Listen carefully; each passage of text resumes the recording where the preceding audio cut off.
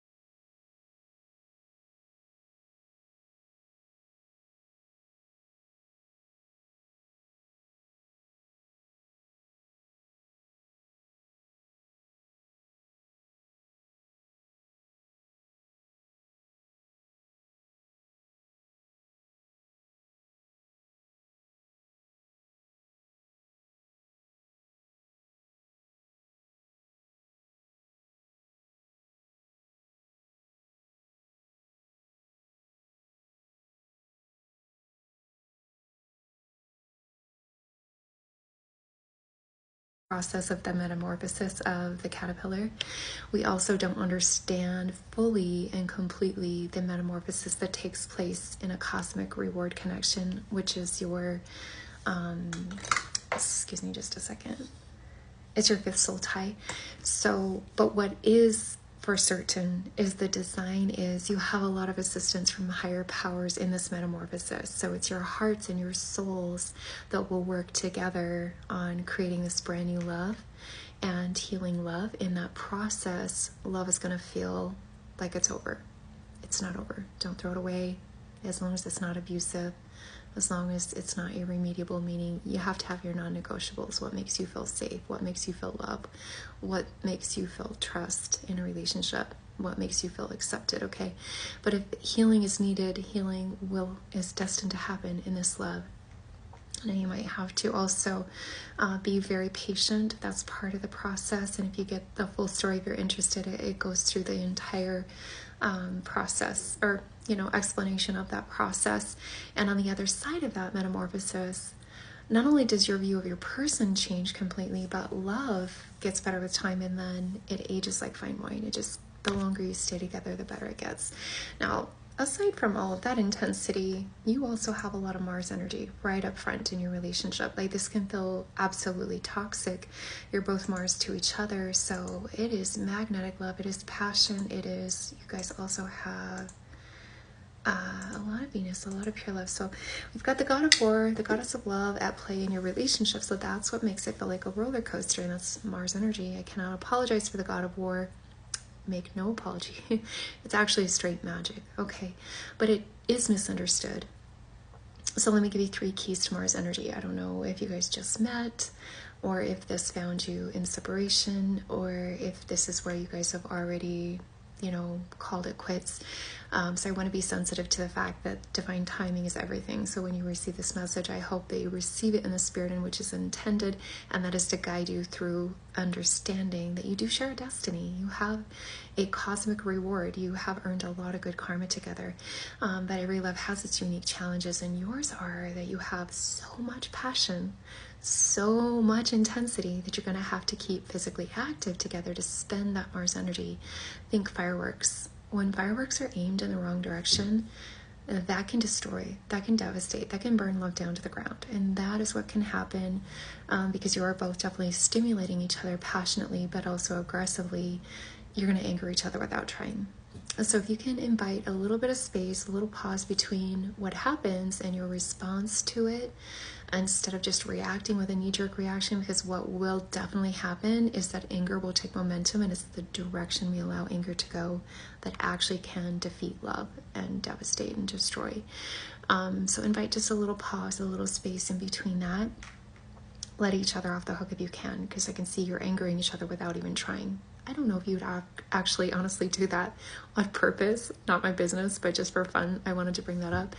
But I can say it's definitely happening, and neither one of you are probably understanding, like, I did not mean to anger my person.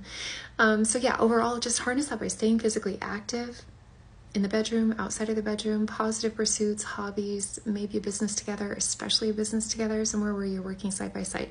You don't have to exhaust yourself. You don't have to do anything extraneous or just too adventurous. Just, go on a walk together, work side by side, yard work, housework, gardening, whatever it takes.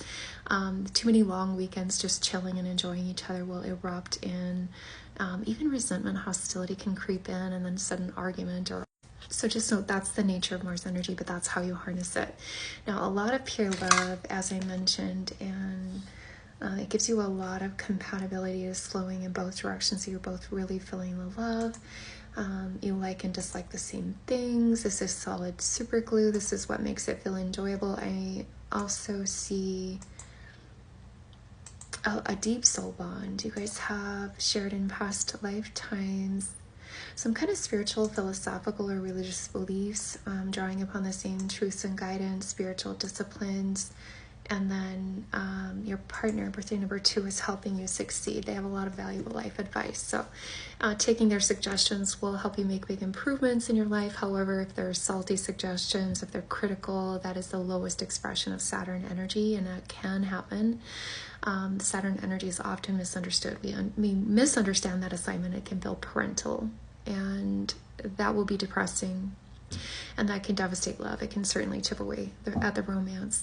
So on the highest expression of Saturn, we're not being critical. We're just gently and lovingly providing those suggestions and insights, because your person can, as your Saturn, they can see flaws and shortcomings, but that is only, not to narrate what they're seeing, but that is only to provide the solutions, suggestions, the right answer, so that you get the ball and you go and run and score with it. Okay, they're handing you off the ball. They're handing you the key to answers and advice.